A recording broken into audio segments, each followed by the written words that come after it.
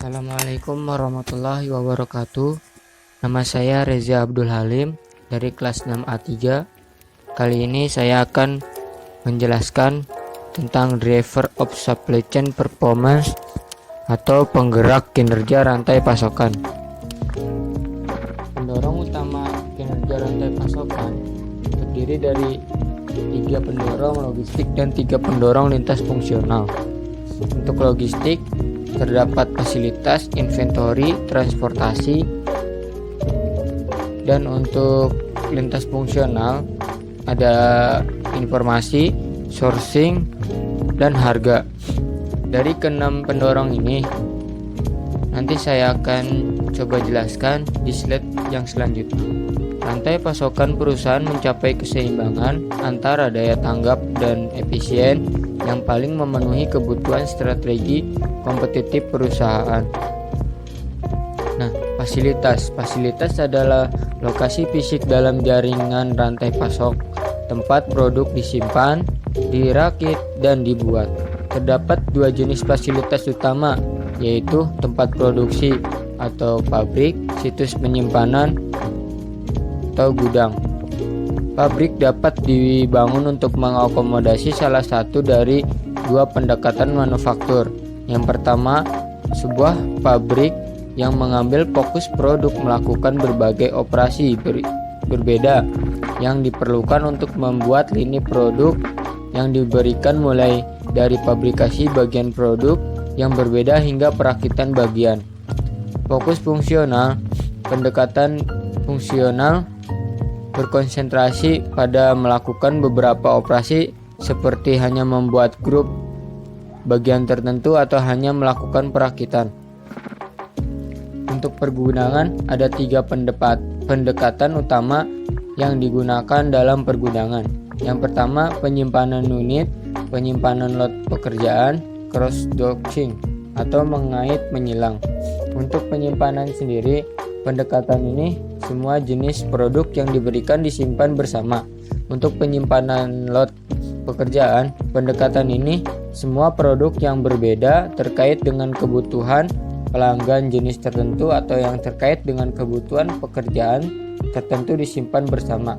Untuk cross docking atau mengait menyilang, pendekatan ini produk tidak benar-benar gudang di fasilitas, melainkan fasilitas digunakan untuk menampung proses di mana truk dari pemasok yang telah tiba dan membongkar sejumlah produk yang berbeda. Jadi, trade-off mendasar yang dihadapi manajer ketika membuat keputusan fasilitas antara biaya jumlah, lokasi, jenis fasilitas, dan tingkat responsivitas bahwa fasilitas ini menyediakan pelanggan perusahaan. Inventory adalah persediaan mencangkup semua bahan baku barang dalam proses. Mengubah kebijakan inventory dapat secara dramatis mengubah efisiensi dan respon rantai pasokan.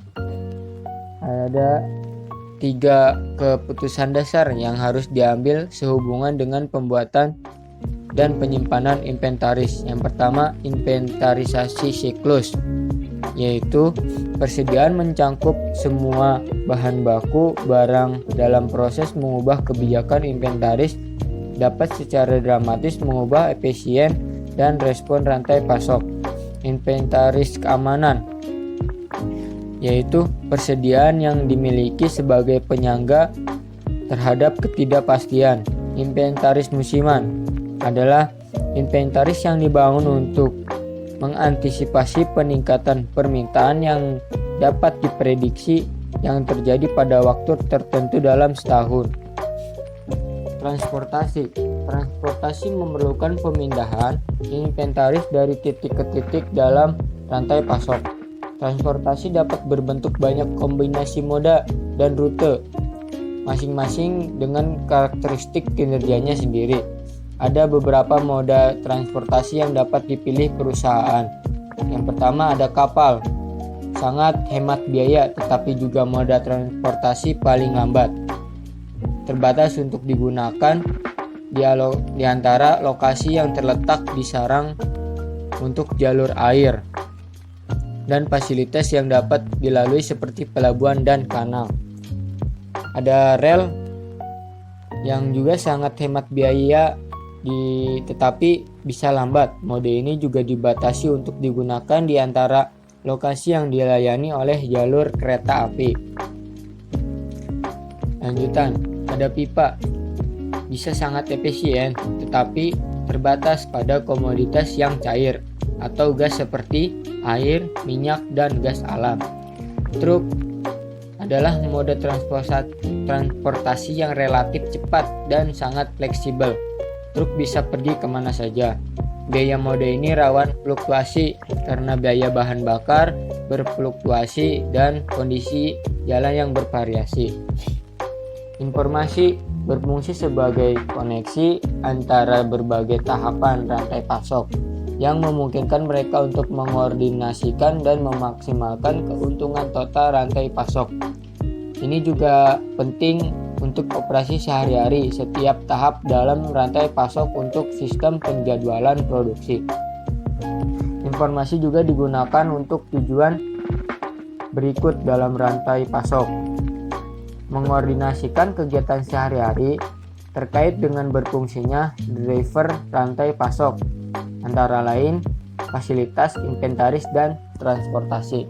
Ada peramalan dan perencanaan untuk mengantisipasi serta memenuhi permintaan di masa depan. Ada teknologi yang memungkinkan. Ada banyak teknologi untuk berbagi dan menganalisis informasi dalam rantai pasok. Manajer harus memutuskan teknologi mana yang akan digunakan dan bagaimana mengintegrasikan teknologi ini ke perusahaan mereka seperti internet, ERP, RFID. Ada sumber. Sumber adalah serangkaian proses bisnis yang diperlukan untuk membeli barang dan jasa. Manajer pertama-tama harus memutuskan mana yang akan di-outsourcingkan dan yang akan dilakukan dalam perusahaan. Komponen keputusan sumber, in-house atau outsourcing, pemilihan pasok. Ada harga. Harga menentukan beberapa banyak perusahaan yang akan membedakan biaya untuk barang dan jasa yang disediakan dalam rantai pasok. Harga juga mempengaruhi perilaku pembeli barang dan jasa. Komponen keputusan harga tetap versus harga menu, yaitu perusahaan harus memutuskan apakah akan membebankan harga tetap untuk kegiatan pasoknya atau memiliki menu dengan harga yang bervariasi dengan beberapa atribut lain seperti waktu respon atau lokasi pengiriman. Nah, ini ada rintangan untuk mencapai kesesuaian strategis. Yang pertama, untuk meningkatkan variasi produk. Yang kedua, untuk mengurangi siklus hidup produk. Yang ketiga, pelanggan semakin menuntut. Yang keempat, fragmentasi kepemilikan rantai pasokan. Yang kelima, globalisasi. Sekian presentasi dari saya, kurang lebihnya mohon maaf. Assalamualaikum warahmatullahi wabarakatuh.